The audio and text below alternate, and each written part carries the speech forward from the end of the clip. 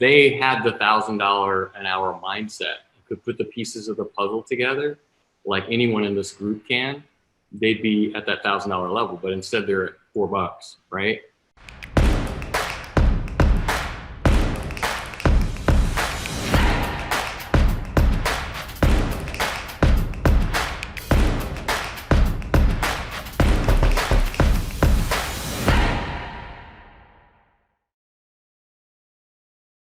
The strategies, right? That's where the $1,000 an hour stuff is, that like Damien's doing, where like he's doing some of this due diligence and then he's building his strategy based on like a lot of knowledge, where he's analyzing this market. He's seeing things that maybe a new person might not see. And then he's like pivoting or going into a different market. Or it's like, how do we building a sales team? That could be $1,000 an hour activity, or like building the training, which may suck, but it's like, that's what allows you to scale. That's where I think more people need to spend their time.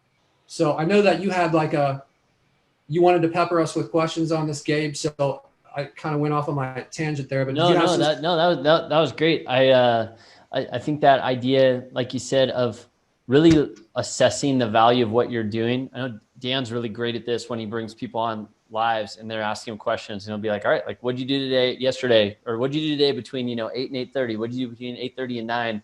And if you do that kind of log and you're looking at what you actually spent your time on, I know like when I started at StrikePoint as a motion graphic designer, it was great because it was like, hey, I come in, I get to work on some projects, get to know the agency, but like that job was not that valuable. I was like a production guy. I was putting together videos. The deal was already in, and I started talking to this. I'm like, hey, I want to bring more value to the table. So it's not even just as an entrepreneur. You can do that. Like if you're still working your job, I would encourage you, like, yeah, we all want to go out on our own and do our own thing. But like, if you're still doing that, like add more value where you're at too. You can do that inside of a company. You look, Jeff and Patrick are working together on deals. There's a lot of people in this group, Seth and Damien are working on deals together. Like you can provide value in as part of a team. And like what I had to do as a motion designer is go, okay, well, shoot, I'm already in conversation with these business owners about these explainer videos and things that we're animating for them. And there was this one client who they were selling a software product to financial advisors. And it was really cool because I got to work on that project, the script for it. And we deliver the product, which was basically something they used during their sales process when they're trying to get financial advisors onto their platform. And it increased their conversion by 300%. And I went, oh, this is interesting. I'm like, I would much rather be in that conversation with like why those businesses want a video and pitch them on the idea of like, hey, here's a company that maybe doesn't realize they need a video. I could sell them on that. That's going to be a whole lot more valuable than the guy actually making the video. We had a super talented, in fact, the kid was way better than I was ever going to be at like producing these amazing videos. I was like, I'll let Eric do that. I'm going to go do the biz dev thing. And my income ratcheted up from that. And then it was able to go, hey, like beyond just this, like maybe like, are there some things we could do to build this ad network inside this agency? And that took, again, as an employee, not to pat myself on the back, but from, a pretty standard living to, multiple six figures inside of an agency because of the value I was bringing. And you have to think that way, even in your own business, like Patrick was saying, where, the job that you're doing, being really like brutally honest about like, what's the actual value of the thing that you're doing in your business. Yeah. I can comment on that for a second. When people that Patrick is hiring, they're basically selling their services for $4 an hour, right?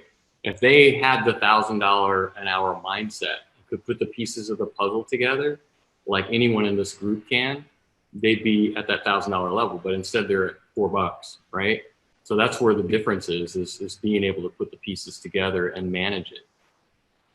Yeah, I think I've seen a couple comments in there about like where do you hire these people for $4 an hour? And we look at it, especially, a lot of the people that are in this group are from, and there's people from all over the world, but it seems like a lot of people are going to be more from the countries that have more money, right? And there's a lot of countries where $4 an hour is going to make a massive difference to these people. So I don't mean to like look down on that at all or in any way. And it's like, I hired a guy about 2 months ago that joined my team, and he was looking for work for months, and we brought him on at $4 an hour, and he like broke into tears about how happy he was to have this opportunity. So like there's people that, you know, in these other countries that this is a phenomenal income for them, and they're excited, and they're intelligent, brilliant people that just happen to be born in a part of the world where like the pricing index is a lot different. And, you know, the rent for a place for a month may be $150 instead of like $1,200 or $2,000 or whatever. Right. So like this money can go a long way for them, and it can make a huge impact on their lives and their families. And it doesn't reflect their intelligence at all. Right. We can find brilliant people, have brilliant developers from the Philippines and from India that were paying, you know, a lot less money.